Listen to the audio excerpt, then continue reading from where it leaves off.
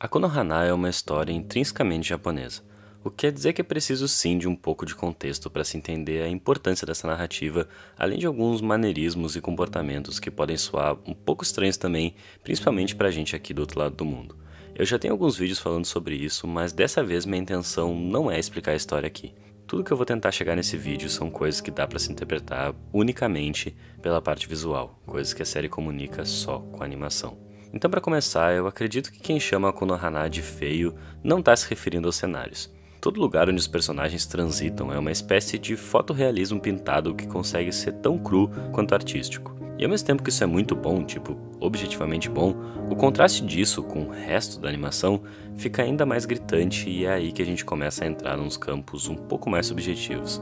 O fato dessas pessoas feias incomodarem tanto vem principalmente de uma projeção do que supostamente é bonito em uma animação, porque a gente aprendeu que isso aqui é uma guria bonita no Japão e, meu Deus, é tão difícil perceber o quanto a experiência de Konohana é muito mais pautada na realidade do que esses animes padrão de temporada.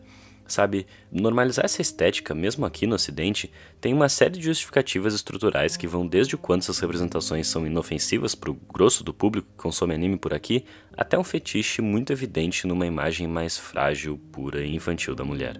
Então aqui a gente tem uma adolescente japonesa comum, não uma idol, não uma dubladora ou uma atriz, que são as imagens idealizadas que a gente tem da mulher japonesa, mas uma colegial normal, que ocupa sem nenhum grande absurdo o papel de interesse romântico, a princípio platônico, do protagonista. Fica ainda mais difícil quando a gente tem essa outra personagem que desafia muito dos estereótipos femininos da animação japonesa, mas como eu prometi não entrar do texto do anime aqui, basta dizer que a direção não procura nem um pouco amenizar visualmente o quanto ela é subversiva nessa narrativa, e isso é perfeito tematicamente, mesmo que não seja igual ao mangá, mas esse é um detalhe, esse negócio de obra original e adaptação que eu realmente não tô a fim de entrar e outras pessoas já falaram muito bem sobre, então... Olá, eu sou o Leonardo Kitsune do canal VideoQuest e eu já comentei um pouco sobre isso no meu canal em um vídeo que eu chuto que deve ser umas 3 vezes mais longo do que esse. Perdão, gente, eu juro que vale a pena, eu acho. E no meu vídeo eu argumento que a vontade de se ver uma adaptação de um mangá em forma de anime nasce menos da vontade de ver uma nova obra de arte, a visão de um artista baseada em uma obra pré-existente, e mais na necessidade da validação do gosto da pessoa por uma obra que ela já conhece.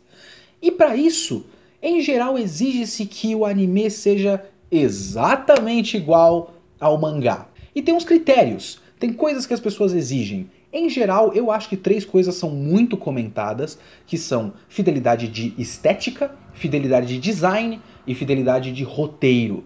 Não pode modificar a história, não pode ter filler, não pode cortar nada, os personagens têm que ser naquele modelo que eles já conhecem e tem que ser na mesma estética. A questão é, esses critérios às vezes são quebrados. Muitas vezes eles são quebrados com uma intenção, como é, por exemplo, e eu argumento no meu vídeo, a Konohana. Quando você percebe várias das escolhas de direção da série, o design e a estética feia do anime do Konohana tem um propósito naquela narrativa do anime, que talvez não seja o mesmo propósito da narrativa do mangá. Mas a gente não aceita mudanças, principalmente quando a mudança é feia. E claro, aí a gente pode começar várias discussões sobre padrões de beleza e exigências de beleza estética na arte e o que se exige da arte para que se diga que algo é bonito. Mas tem outra coisa também, bastante particular até se a gente pensar no nosso contexto brasileiro, que certas mudanças a gente já aceitou em vários animes que a gente já viu. Só que a gente viu primeiro. A gente não tem problema com os cortes no começo do mangá do Yu Yu Hakusho, vários capítulos cortados de testes do Yusuke antes dele voltar à vida, porque a gente viu o anime primeiro. A gente não tem problema com as mudanças das armaduras dos Cavaleiros do Zodíaco, dos Cavaleiros de Bronze no anime do Cavaleiros do Zodíaco, que são mudanças feitas no anime que depois não fazem muito sentido porque a estética das primeiras armaduras não bate com a estética das segundas armaduras, e elas protegem menos depois que elas evoluem, mas as armaduras que aparecem primeiro no anime não existem no mangá. Mas a gente viu o anime primeiro. Tem uma série de exemplos que a gente pode dar de mudanças que a gente aceita, caso a gente tenha visto primeiro, caso a estética nos agrade, caso o original seja feio, então tudo bem mudar. Por exemplo, a adaptação em mangá do Yusuke Murata da webcomic do One, em One Punch Man, que a webcomic é feia, mas o mangá é, sim, obviamente, maravilhosamente lindo. E a gente aceita. É um pouco isso que eu comento no meu vídeo. Mas, ok, se um dos pontos é ser uma experiência pautada na realidade, por que não fazer em live action, já que todos os atores tiveram que atuar ali para funcionar desse jeito?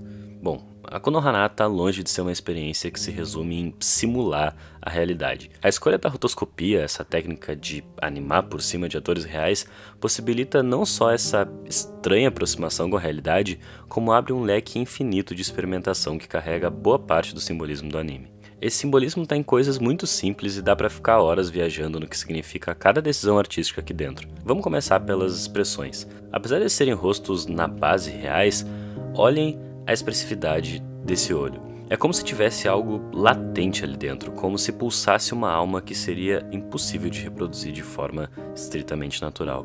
Em contrapartida, as bocas são bem menos expressivas. Tem uma energia reprimida dentro de cada um desses personagens desajustados que raramente consegue se manifestar em uma expressão real de fato, como se eles tivessem a voz, simbolicamente falando, apagada, invisibilizada. É engraçado porque mesmo isso, que pode muito bem ser lido como uma carência no escopo da produção, acaba contribuindo para o desenho em atmosfera, em como chega para nós. Tudo nesse anime acaba se traduzindo em sensação de alguma forma, e é muito admirável o quanto ele consegue transformar a técnica em arte.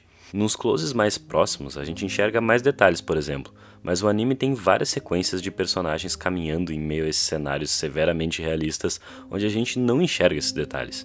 O problema é que é muito desonesto resumir a leitura disso a uma incapacidade técnica. De novo, o anime se preocupa com os detalhes. E existe um comentário bem relevante sobre desumanização e apagamento da personalidade acontecendo aqui, nessa sociedade em algum nível representada por esses fundos mais realistas. Isso está bem forte no roteiro, mas também se traduz visualmente, principalmente nessa contraposição entre as paisagens brutas, perfeitas, mas sujas e degradadas, e quem passa por elas, pessoas simples, instáveis, esmagadas por esses cenários, desumanizadas, muitas vezes sem rosto. Tem longos minutos dessas cenas, uma experiência tão potencialmente entediante e intimidadora quanto a Konohana quer nos dizer que é para esses personagens. Por isso, também os momentos em que a animação se desprende da realidade são tão fortes. Quando o personagem se aliena daquela estrutura, ele se aliena também da paisagem. Isso dá muito mais força para a metáfora. É tudo muito expressivo, tudo é muito vivo, por mais que aquela realidade seja tão opressiva. Esse é o ponto, essa inconstância é quase narrativa, dá pra tirar muito de cada detalhezinho. Inclusive da abertura e do encerramento, que parecem tão simples a princípio, um fundo branco no começo, um fundo preto no fim. Tem um ruído que é pincelado em vários momentos pontuais de cada episódio, que acaba compondo um todo na dicotomia entre esses dois momentos, no começo e no final de cada um, que vão mudando aos poucos, mesmo que sempre coesos conceitualmente. É como se revelasse algo sobre aqueles personagens que ainda não veio à tona. E é isso que leva até o momento que pra mim é uma das coisas mais impressionantes que eu já vi em qualquer mídia. O fim do episódio 7. Esse episódio é uma catarse emocional em todos os sentidos. O som, aquela trilha, aquele ruído estranho, mais do que nunca está presente organicamente durante toda uma cena, com eles finalmente se entregando para aquela flor do mal, aquela perversidade que só é perversa porque tudo em volta tenta esmagar ela. Mas o que o anime construiu visualmente até aqui e extrapola nessa última cena é especialmente encantador. É nesse momento que aquela liquidez que transbordava a todo instante dos personagens finalmente consegue mover o mundo em volta, e a gente tem pela primeira vez os personagens interferindo no cenário. É completamente libertador. Não precisa de texto, não precisa de som. Tudo funciona aqui, mas a Konohana já seria espetacular se a gente só pudesse ver. Um arco se completa com essa cena, o personagem cresce, mas esse também é um arco intrinsecamente visual. O final aberto nos episódios seguintes não diminui em nada o que efetivamente foi feito. A Konohana é incômodo, mas é ativamente incômodo. Não é ruim por isso, não é ruim porque é feio. Esse é um diretor extremamente cinematográfico numa indústria onde boa parte do público já se acostumou com uma linguagem que muitas vezes não sai do lugar. Todo o conjunto faz animação e todas as sensações que transbordam desse anime podem nos dizer alguma coisa. mesmo que tu ache feio. Principalmente se tu acha feio, porque isso é conceito, é linguagem, e ele pede por esse espaço para interpretação. É pouco para tudo que o anime oferece essa única palavra. Sim, tu pode achar feio, mas isso não diz nada sobre o quão construtiva essa experiência pode ser se tu estiver disposto. E, na real, se eu fosse falar nesses termos do que eu acho mesmo, eu acho a Konohana bonito pra... Meu nome é Henrique e eu queria agradecer a participação do Leonardo Kitsune do VideoQuest, que eu assisto desde o primeiro vídeo, que faz muito tempo. Então dá uma passada lá no canal dele, confere a descrição do vídeo aqui. Não esquece de dar aquela força curtindo, comentando, compartilhando, tudo isso é muito importante. E dá uma olhada na nossa campanha de financiamento, porque é o que sustenta o canal. É sério. Até!